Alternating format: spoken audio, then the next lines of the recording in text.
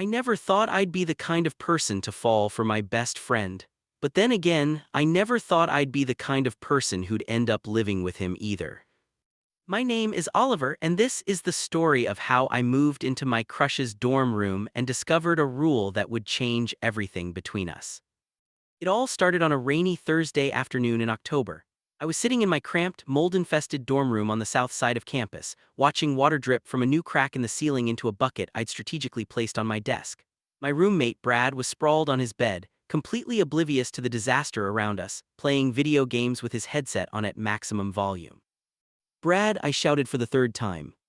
Nothing, he was in his own world. I picked up a rolled-up sock and threw it at his head. It bounced off harmlessly, but he finally turned around, pulling one side of his headset off his ear. "What?" he asked, irritated.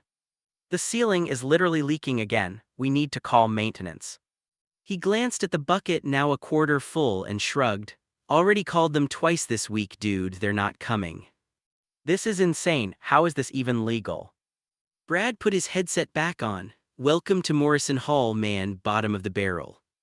I sighed and turned back to my laptop, trying to focus on the essay I was supposed to be writing for my contemporary literature class. But it was impossible.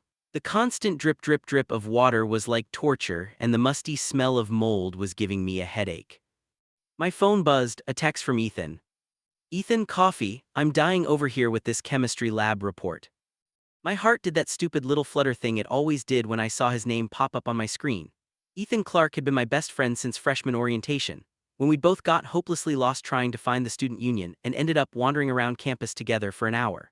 We'd bonded over our shared terrible sense of direction and a mutual love of indie music and late-night philosophical conversations. That was 2 years ago. Now we were juniors, and somewhere along the way, my feelings for Ethan had shifted from platonic friendship to something much more complicated. "Me, definitely, give me 10 minutes, the usual place."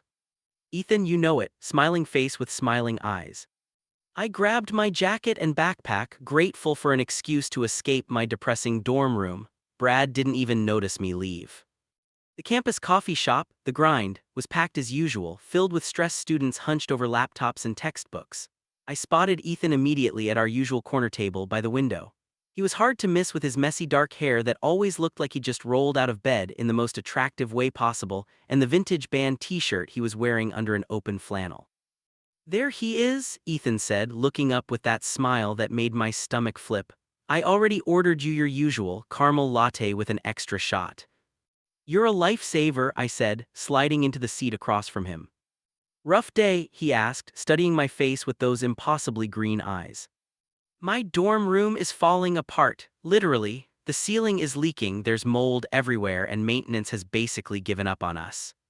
Ethan made a sympathetic face. "Morrison Hall strikes again. I don't know how you've survived there this long." "Neither do I admitted. But off-campus housing is so expensive, and I'd need to find a roommate, and the whole thing just seems overwhelming." "What about Brad?" I laughed. "Brad barely acknowledges my existence. We're roommates by necessity, not choice." Ethan was quiet for a moment, tapping his fingers on the table in that way he did when he was thinking. "What if you moved in with me?"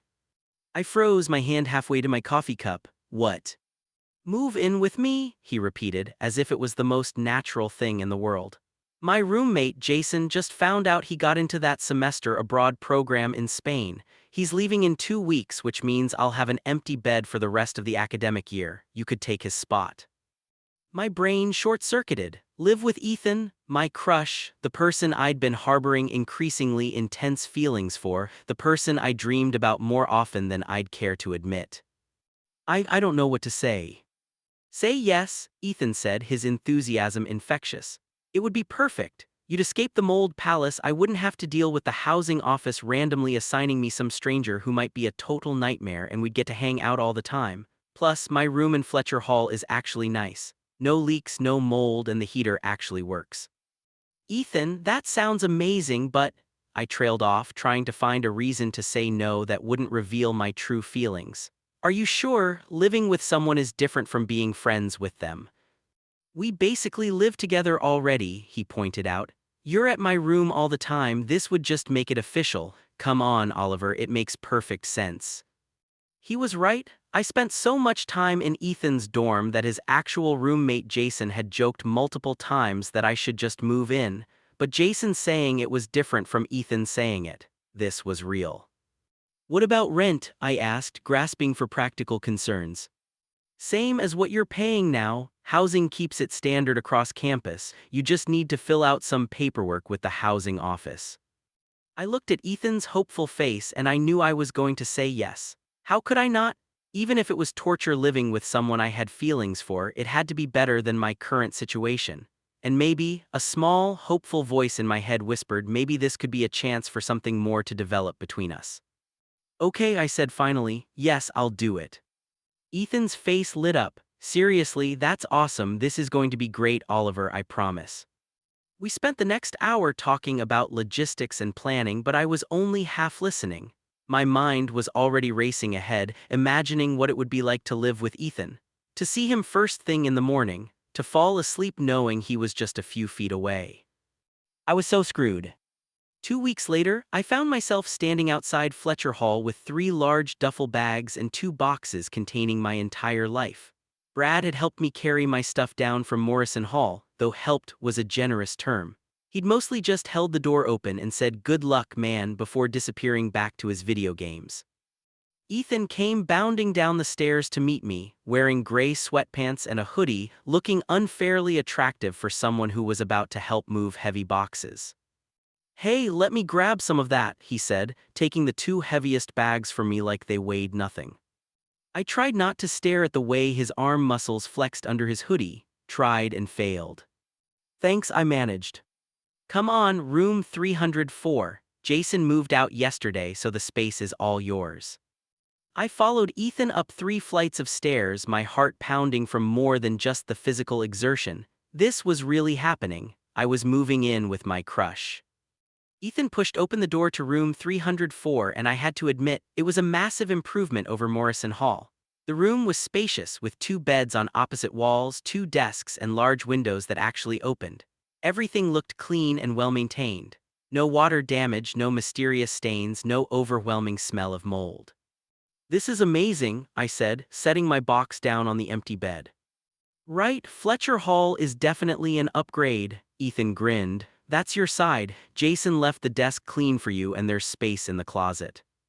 I started unpacking while Ethan helped and we fell into an easy rhythm. It felt natural, comfortable, like we'd been doing this forever. He made jokes about my extensive collection of books and I teased him about the concerning number of coffee mugs scattered around his desk. So I should probably mention something, Ethan said after a while, his tone becoming more serious. I looked up from organizing my desk. What's up? He was sitting on his bed, playing with the strings of his hoodie in a way that seemed almost nervous. It was unusual for Ethan, who was normally so confident and easygoing. It's nothing bad, he said quickly. I just want to be upfront about something, a rule, I guess. A rule? Yeah, he took a breath. I just need you to promise that living together won't change our friendship. Like we're roommates now, but we're best friends first. That's the most important thing to me. I don't want things to get weird or complicated. Of course, I said, even as something in my chest tightened. We're best friends, nothing's going to change that. Good, Ethan smiled, looking relieved. Because you're one of the most important people in my life, Oliver. I couldn't handle it if I lost you. The words should have made me happy. They did make me happy in a way, but they also felt like a door closing, like Ethan was drawing a clear line in the sand. Friends, that's what we were, that's what we would stay. You won't lose me, I promised, forcing my voice to stay steady. Great, now that that's settled, want to order pizza? Moving is exhausting. We spent the rest of the evening eating pizza, watching stupid videos on YouTube and just hanging out like we always did. By the time I climbed into my new bed that night, I was exhausted but also oddly content. I could do this, I could be Ethan's roommate and keep my feelings in check. How hard could it be? Spoiler alert, it was going to be very hard. The first week of living with Ethan was both everything I'd hoped for and everything I'd feared. On the positive side, it was incredible. We fell into a routine almost immediately. Ethan was a morning person, annoying, so he'd wake up early, shower, and usually have coffee brewing by the time my alarm went off at 8. I'd stumble out of bed, still half asleep, and he'd hand me a mug with a cheerful good morning, sunshine that should have been obnoxious but was somehow endearing. We'd have breakfast together, usually just cereal or toast, while discussing our plans for the day. Then we'd head to our respective classes, sometimes together if our schedules aligned, sometimes separately. Evenings were my favorite. We'd both come back to the room exhausted from classes and studying and just decompress together. Sometimes we'd do homework in comfortable silence. Sometimes we'd talk for hours about everything and nothing. Sometimes we'd watch movies or shows on Ethan's laptop, crowded together on his bed because his screen was bigger than mine. It was domestic and easy and natural, and I was falling for him even harder. Which was the problem? Because living with Ethan meant seeing sides of him I'd never seen before. I saw him first thing in the morning, his hair even messier than usual, his voice rough with sleep. I saw him late at night, curled up in his bed reading with his glasses on. He wore glasses for reading. I didn't even know that. I saw him stressed about exams, excited about a good grade, frustrated with a difficult assignment. I saw all of him and I wanted all of him and I couldn't have him. The rule: I just need you to promise that living together won't change our friendship. It echoed in my head constantly, a reminder, a boundary, a line I couldn't cross. On Friday night of that first week, Ethan invited some friends over to our room for a small gathering. Just a handful of people from his friend group, most of whom I knew at least casually. "Oliver, come meet everyone," Ethan called from where he was setting out snacks on his desk. I emerged from the closet where I'd been hanging up some clothes and joined the group. There was Marcus, Ethan's friend from his biology class, and two girls I recognized from around campus, Sophie and Kayla. And then there was Ryan. Ryan was tall, athletic, with blonde hair and blue eyes and the kind of effortless confidence that came from always being the most attractive person in the room. He and Ethan seemed to know each other well, laughing and joking around in a way that made something uncomfortable twist in my stomach. "Oliver, this is Ryan," Ethan said. "He's in my philosophy seminar." "Ryan, this is Oliver, my roommate and best friend." Best friend? Why did that label suddenly feel insufficient? "Nice to meet you," Ryan said, shaking my hand with a grip that was just a bit too firm. "You too," I replied. The evening progressed and I found myself watching Ethan and Ryan more than I wanted to. They stood close to each other. Ryan would touch Ethan's arm when he talked. Ethan laughed at all of Ryan's jokes, even the ones that weren't that funny. I told myself I was being paranoid. Ethan was a friendly person, he was like this with everyone. But then I overheard part of their conversation. "So, are you going to the LGBTQ plus Alliance party next weekend?" Ryan asked Ethan. My ears perked up. I didn't know Ethan was involved with the LGBTQ plus Alliance. Not that he needed to tell me everything about his life, but it seemed like something that might have come up. "Maybe," Ethan said. "Are you going?" "Definitely, you should come, it'll be fun." Ryan's smile was intentional, flirtatious even. "I'll think about it," Ethan replied, but he was smiling back. I excused myself to the bathroom, needing a moment away from the scene that was making my chest feel tight and my stomach churn. I splashed cold water on my face and stared at myself in the mirror. This was exactly what I'd been afraid of. Living with Ethan meant I'd have a front row seat to his dating life, and if Ryan's body language was any indication, that dating life might be about to get more active. The thought made me feel sick. When I came back, Ryan was leaving and Ethan was walking him to the door. They hugged goodbye and Ryan said something that made Ethan laugh before he left. "You okay?" Sophie asked me. She was the only person still in the room besides Ethan and me. "Yeah, fine, just tired." She gave me a look that suggested she didn't entirely believe me but didn't push it. After everyone left and it was just Ethan and me cleaning up, he seemed happy, energized. "That was fun," he said. "I'm glad you got to meet Ryan, he's a really great guy." "Yeah, he seems nice," I said, trying to keep my voice neutral. "I think he might be into me," Ethan said casually, like he was commenting on the weather. "He's been kind of flirty lately." My hands froze in the middle of throwing away a paper plate. "Oh yeah.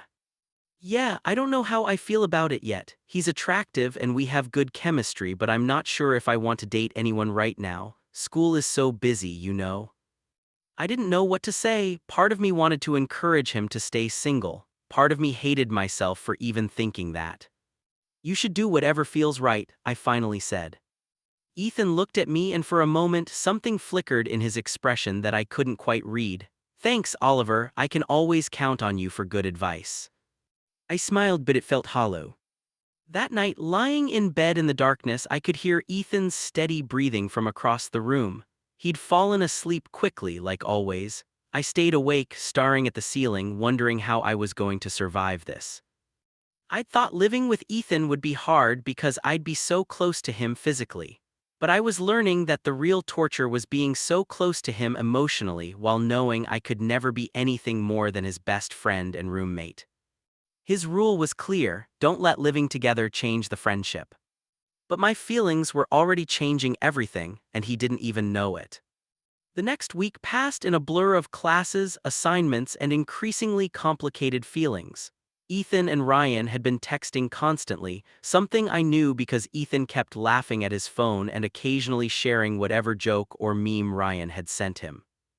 I was trying very hard not to be jealous. I was failing spectacularly. On Wednesday night, Ethan brought up the party again.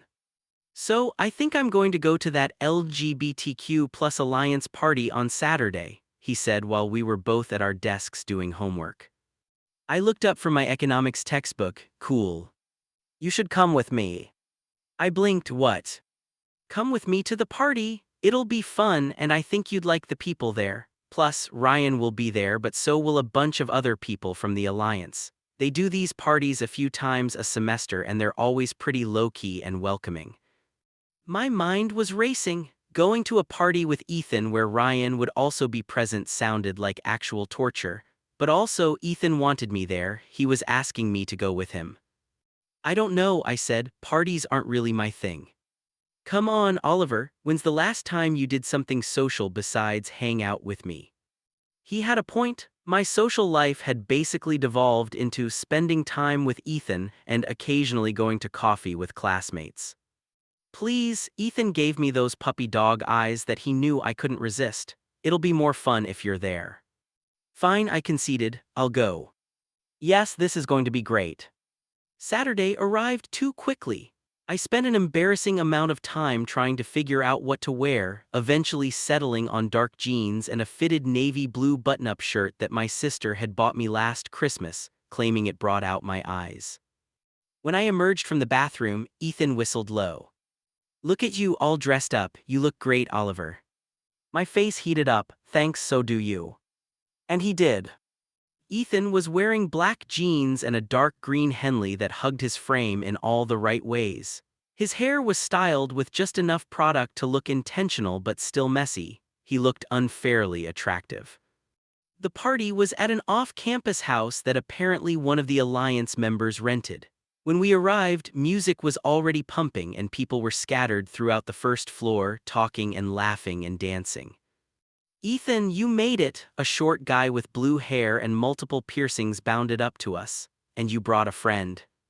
This is Oliver, my roommate, Ethan said. Oliver, this is Jamie, he's the president of the Alliance. Nice to meet you, Jamie said warmly. Any friend of Ethan's is welcome here. Drinks are in the kitchen, there's dancing in the living room, and we've got board games set up in the den if that's more your speed. Thanks, I said. Jamie disappeared into the crowd and Ethan turned to me. Want to get a drink? We made our way to the kitchen where someone had set up an impressive spread of beverages and snacks. Ethan made himself a rum and coke while I grabbed a beer and we wandered into the living room. The energy was infectious. People were dancing, laughing, clearly comfortable in their own skin in a way that made me a bit envious. I'd come out as gay to my close friends and family my sophomore year, but I'd never really been part of the LGBTQ plus community on campus. Seeing all these people together celebrating themselves was kind of beautiful. Ethan. I tensed as Ryan appeared, looking annoyingly handsome in a tight white t-shirt and black jeans. Hey Ryan, Ethan said, his face lighting up. They hugged and I tried not to notice how long the embrace lasted. Oliver, good to see you again, Ryan said, though his tone suggested it was more polite obligation than genuine sentiment. You too. Want to dance? Ryan asked Ethan, already pulling him toward where people were dancing. Ethan looked back at me, you coming? I'll catch up, I said, waving them off, going to finish this beer first. I watched them disappear into the crowd and immediately regretted coming. What was I doing here? Watching my crush dance with someone else was not my idea of a fun Saturday night. You look like you'd rather be anywhere else. I turned to find a guy about my age standing next to me. He had dark curly hair, warm brown eyes, and an easy smile. That obvious? I asked. Little bit, he extended his hand. I'm Tyler. Oliver. So, Oliver, what brings you to our humble gathering? You don't look familiar, so I'm guessing you're not a regular at Alliance events. My roommate invited me, I said. He's over there. I gestured vaguely toward where Ethan and Ryan were dancing. Tyler followed my gaze. Let me guess, the one in the green shirt. How did you know? The way you were watching him was pretty telling. Tyler's smile was sympathetic. Roommate you have feelings for. I should have denied it, should have made up some excuse, but there was something about Tyler's open, friendly demeanor that made me want to be honest. Best friend I have feelings for, I corrected, and he has no idea. That's rough, Tyler said. Have you thought about telling him? Can't, he made it clear when I moved in that he wants to keep our friendship exactly as it is, no complications. Tyler winced. Ouch, that's even rougher. We stood in companionable silence for a moment, watching the party swirl around us. You know what you need, Tyler said finally, a distraction. What kind of distraction? Come play board games with me and my friends. We're set up in the den and we could use another player for codenames. It'll get your mind off things at least for a little while. I glanced toward the dance floor one more time. Ethan and Ryan were close, laughing about something. Ethan's hand was on Ryan's shoulder. Yeah, I said, a distraction sounds perfect. Tyler led me to a quieter room where a group of people were indeed playing board games. I was introduced to a flurry of names I immediately forgot, but everyone was friendly and welcoming. We played code names, then Cards Against Humanity, and I found myself actually having fun. Tyler was funny and easy to talk to, and his friends were equally entertaining. An hour passed without me checking my phone or wondering what Ethan was doing. It was the most relaxed I'd felt since moving in with him. Hey, stranger. I looked up to find Ethan standing in the doorway of the den, slightly flushed from dancing. Hey, I said, having fun. Yeah, but I haven't seen you in forever. What are you doing hiding in here? Not hiding, I said, playing games. This is Tyler and his friends.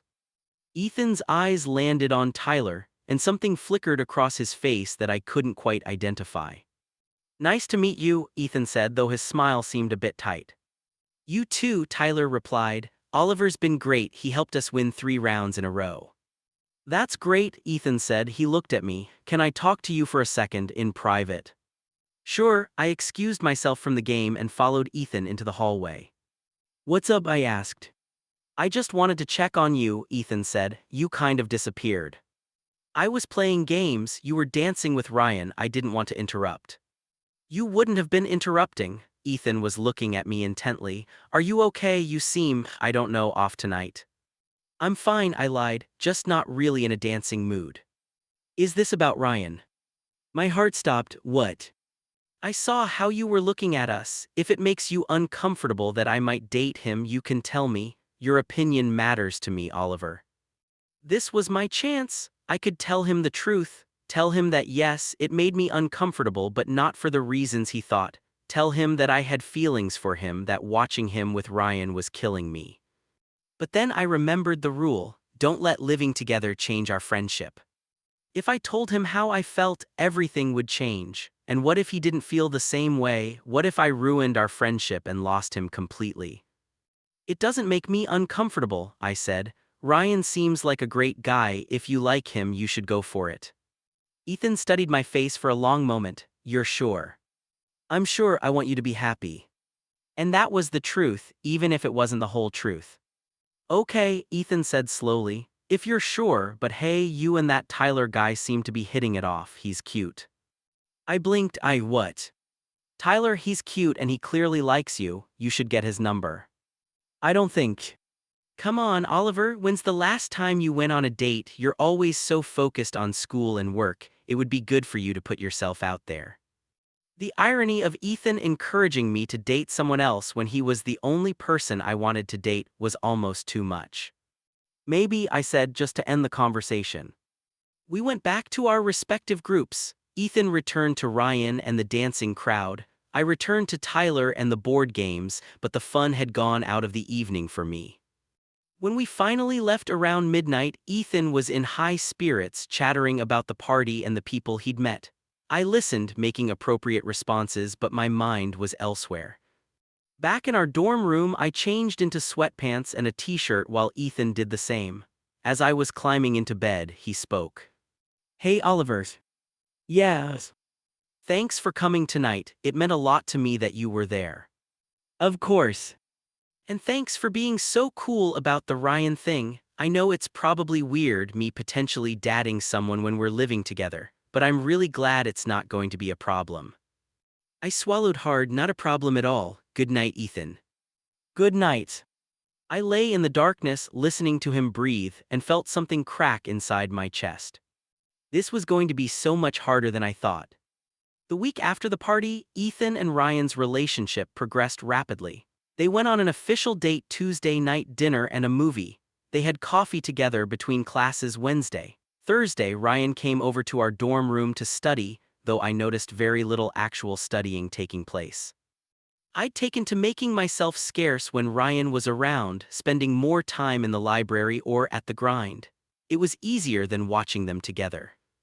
Tyler had actually texted me after the party. We'd exchanged numbers at Ethan's insistence, and Tyler had reached out to see if I wanted to grab coffee sometime. I'd agreed, mostly because I didn't have a good reason not to and partly because I thought maybe Ethan was right. Maybe I needed to try to move on. So on Friday afternoon, I met Tyler at a small cafe off campus. I'm glad you agreed to meet up, Tyler said as we settled into a corner booth with our drinks. I had a good time talking to you at the party. Me too, I said honestly. Sorry I was kind of a mess that night. Don't apologize, unrequited feelings are rough, trust me, I've been there. Yes. Tyler nodded. Fell for my best friend in high school, spent 2 years pinning after him before I finally told him. He didn't feel the same way and it was awkward for a while, but eventually we got past it. Now he's one of my closest friends again and I'm actually grateful I told him. It let me move on. How long did it take to move on? Honestly, a while, but it started getting better once I stopped obsessing over him and started opening myself up to other possibilities. I sipped my coffee, considering his words. Is that what this is, you trying to be a possibility? Tyler smiled. I think you're attractive and interesting and I'd like to get to know you better. Where it goes from there, who knows, no pressure. I appreciated his directness. Tyler was nice, funny, and undeniably attractive. Maybe this could work. Maybe I could develop feelings for someone who was actually available. We spent 2 hours at the cafe talking about our classes, our families, our goals for after graduation. Tyler was pre-med, hoping to become a pediatrician. He was passionate and driven but also surprisingly funny. He had me laughing with stories about his disastrous attempts at cooking and his cat, who he described as 90% attitude, 10% fluff. When we finally left, Tyler walked me back toward campus. This was really nice, he said. Would you want to do it again sometime, maybe actually go on a proper date? I hesitated. Did I want to date Tyler? He was great, but he wasn't Ethan. But Ethan was with Ryan. Ethan had made it clear he valued our friendship above all else. I needed to move on. Yeah, I said, I'd like that. Tyler's smile was bright. Great, I'll text you. We hugged goodbye and I headed back to Fletcher Hall. When I got to my room, Ethan was there, lying on his bed scrolling through his phone. Hey, I said, dropping my backpack on my desk. What are you up to? Not much, Ryan had to work so I'm just hanging out. Where were you? Had coffee with Tyler. Ethan sat up. Tyler from the party. Yeah. Oh, Ethan's expression was odd. How did it go? Good, really good actually. We're going on a date next week. A date? Wow, that's great, Oliver, I'm happy for you. He didn't sound happy, he sounded almost upset, but that didn't make sense. Thanks, I said. How are things with Ryan? Good, great actually, we're making it official. My stomach dropped. Official. Yeah, we're boyfriends now. Ethan was watching me carefully. Is that okay? Of course it's okay, why wouldn't it be? I don't know, you've been kind of distant lately. I've just been busy with school, I lied. Right, school, Ethan didn't sound convinced. An awkward silence settled between us, something that rarely happened. We'd always been so easy with each other, but lately everything felt strained. I'm going to take a shower, I said, grabbing my towel and escaping to the bathroom. Under the hot water, I let myself feel everything I'd been suppressing. The jealousy, the sadness, the frustration. Ethan had a boyfriend, it was real now, official. I needed to accept it and move on. Maybe Tyler could help with that. Over the next couple of weeks, I went on several dates with Tyler. We went to movies, had dinner, took long walks around campus. He was attentive and affectionate, always texting to check in, always making me smile with random memes or photos of his cat. I liked Tyler, I really did, but every time he held my hand or kissed me goodnight, part of my mind was somewhere else with someone else. Meanwhile, Ethan and Ryan's relationship was in full bloom. Ryan was over at our dorm constantly. They'd cuddle on Ethan's bed while watching movies. They'd study together, though there was a lot more kissing than actual studying. At night, I'd hear them whispering and giggling until late, and I'd put in headphones and try to focus on anything else. The worst part was that Ethan seemed determined to make everyone get along. He was constantly suggesting the four of us hang out together, me, him, Ryan, and Tyler. Double dates, he called them. The first double date was at a pizza place near campus. It should have been fine, it should have been fun, even. But watching Ethan and Ryan be affectionate while trying to focus on Tyler was excruciating. So, Tyler, what's your major? Ryan asked, his arm draped casually over Ethan's shoulders. Pre-med, Tyler replied, hopping to go into pediatrics. That's impressive, Ethan said. Oliver must be proud to be dating such an ambitious guy. I forced a smile.